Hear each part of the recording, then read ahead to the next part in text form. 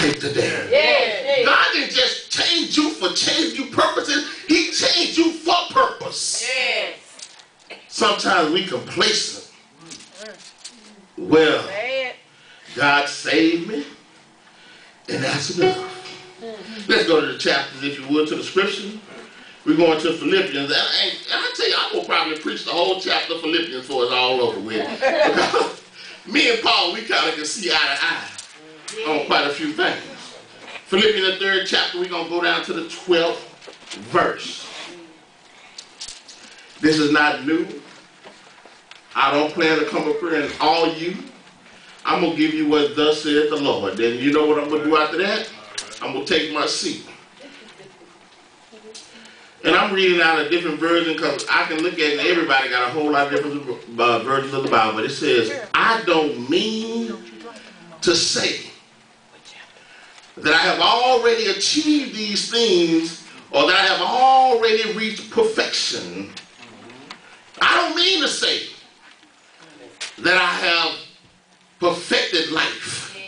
I don't mean to say that I have perfected my faith. I don't mean to say that I have perfected my marriage. I don't mean to give you an understanding that I have arrived, that I am so good in everything that I do. I don't mean to give you that impression. A lot of times, saints of God, we give it impressions, illusions to who we really are. All right.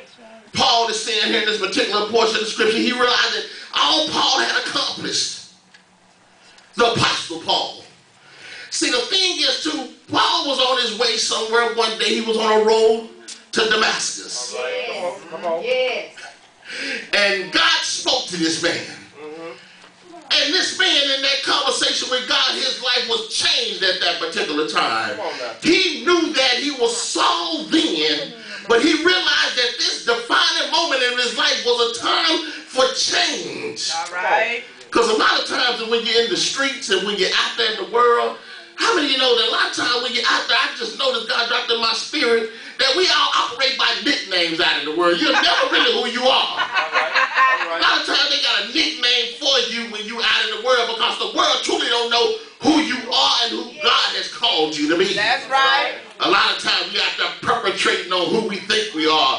You know, we all something. We gangsters, players, drug dealers, homemongers, cheaters, whatever you're trying to be out there, you just perpetrating.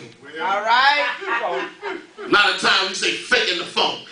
You're out there trying to be somebody that you're not. That's it. But see, the thing with Saul was on that road to Damascus, that was an opportunity for a confrontation with God that was going to change his existence. Because at that particular time, Saul was at a place where he was persecuting the Christians. And just like he said about his friend, that he was one of those people that you like never would have thought that they be speaking on behalf of God. But that is the very somebody you better be watching out for. All right. That same one you say can't speak, can't put two words together, stutter when they talk, scared to stand in front of people, that's the one that God can come in and move on.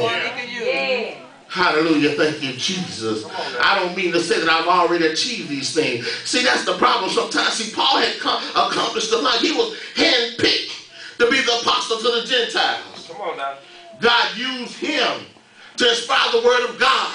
He had done a lot of things, but in spiritual maturity, whatever you've done for Christ, you have to be at a level of knowing that it's nothing without God. That's it. A lot of times God allows us to speak a good word, or put on a good program, or sing a good song, and all of a sudden it's about us now. You gotta say it. Come on now. And when you're young and you're a baby in Christ, sometimes that's the way you are. When you really don't know your purpose and you really don't know your calling, then when God bless you to do a little something, when you're not mature and you're walking in the spirit, you lose your head sometimes. That's right. You want to do more than what God has called you to do and required of you at the present time. But at this point, if anybody could have been bragging, it could have been the Apostle Paul. Because Apostle Paul had put in work. See, this is a letter to the church of Philippi. This is water going up here. This was a letter to the church. And see, the thing about it is, at the time Paul wrote this letter, he was incarcerated. Didn't know what his outcome was going to be. That's right. But even in the midst of being incarcerated, locked up, ball and chain.